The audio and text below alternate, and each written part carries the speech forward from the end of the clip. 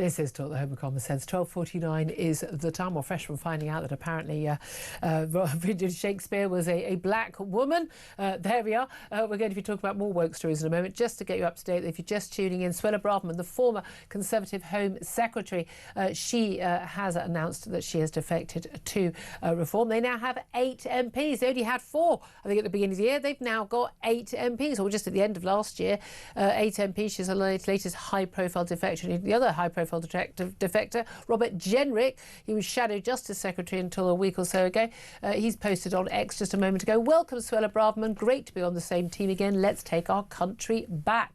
More on that, no doubt, in the next show. Peter Caldwell is in for Ian Collins from 1 o'clock. Right now, let's talk about the latest woke madness, because we could do basically 3 hours on this every single day, but I always like to talk about the latest matters because we mustn't let it pass. Maya Forstater is Chief Executive of Sex Matters and joins us, as she regularly does, to talk about the latest insanity going on in the world. Good afternoon to you. Hello, Julia. I mean, just don't know where we start. NHS Midwives have been recording the gender identity of newborns as opposed to their actual sex, including even their sexual orientation. I'm not sure you know the sexual orientation or the gender identity of your child when they're born. What you know is whether they've got a penis or not, and you can go, that's a boy, that's a girl. Used to be really simple, didn't it? Yes, I mean, this is a computer system that the NHS has brought in from the US. It's called EPIC, and it was brought in under the Biden administration, and it does ask your sex assigned at birth and then in inventory of organs. So it treats people like they're made out of Lego, basically. Do they have a penis? Do they have testicles? Do they have a vulva? What combination of those things do they have? It's complete nonsense.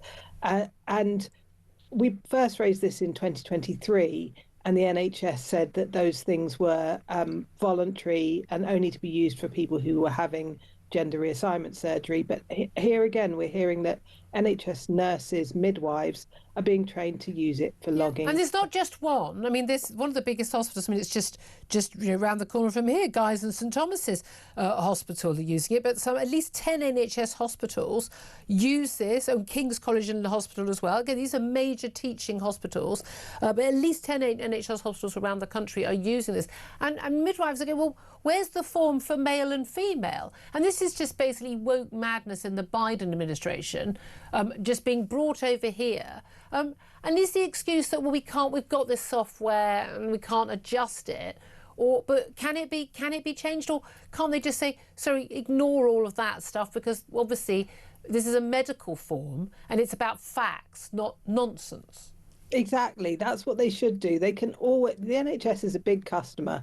They can always change fields. You know, they don't have to accept what any supplier gives them.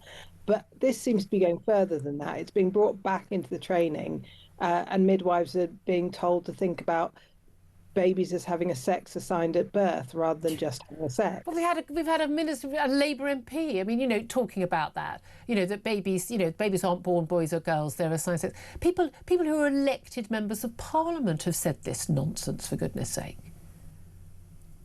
It's madness, as you said. Yeah.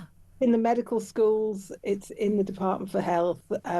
It really needs a root and branch removal. But I mean, you guys, you've done amazing things, you know, on trying to tackle all this madness and legal cases and that. But it's also up to all of us. It's up to staff, and we know, you know, nurses not wanting to have a man undressed watching them, pretending he's a woman, watching them getting changed. You know, they're facing losing their jobs, having to fight long court cases that take years.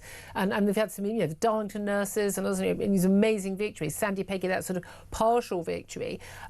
But you know, it's also up to us as patients saying, no, I will not have that. I mean, I remember going to the optician a year or two ago and just saying, no, this form, why have you got my gender identity? Or you know, non-binary. That's not a thing. This should not be on this form. I went to the gynaecologist and there was some nonsense on that. I went, well, of course I'm female. Otherwise, I wouldn't be at a gynaecologist. I can't be anything but. I shouldn't be here otherwise. And exactly. and they all go, oh, I know. And it's like, well, speak up then. Speak up. And you know, we've got to all speak up.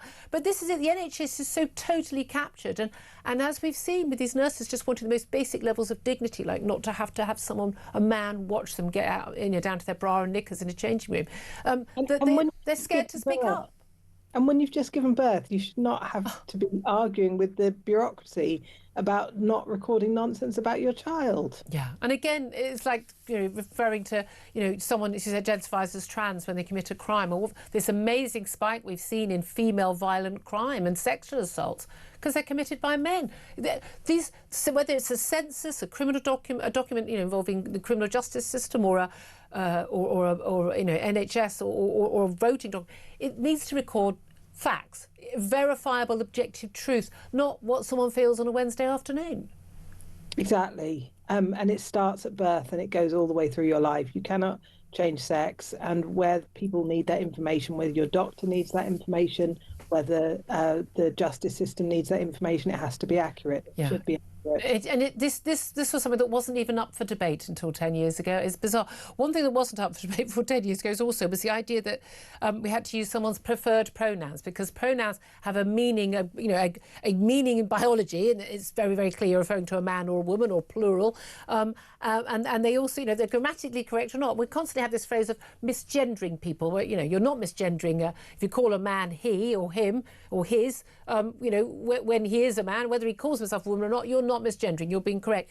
But we've got a whole load of other pronouns that have crept in, and there's been an extraordinary row between the Green Party and Emma Bateman. So Bateman, she was the co-chairman of the Green Party women's group.